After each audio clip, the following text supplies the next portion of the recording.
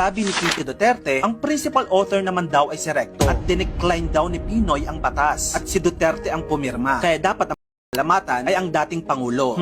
Tara, mag-fact check tayo. Ang Free College Law o formerly known as Republic Act 1009-31, sino nga ba talaga ang tunay na nag-push nito? Ayon mismo sa website ng Senado, si Senator Bam Aquino ang isa sa mga nagsulat ng batas. Siya ang pangunahing nag-defend, pangunahing nag-ipon ng boto para maipasa ito, at siya din ang pangunahing tumindig sa plenary para sa bawat estudyanteng nangangarap. It's also a fact na may 11 other senators na co-authors ng nasabing batas. Oo, kailangan nating bigyan ng credit lahat sila dahil ang paggawa ng batas ay isang collaborative effort, pero kailangan din nating tanggapin na si Bam Aquino ang flag bearer nito.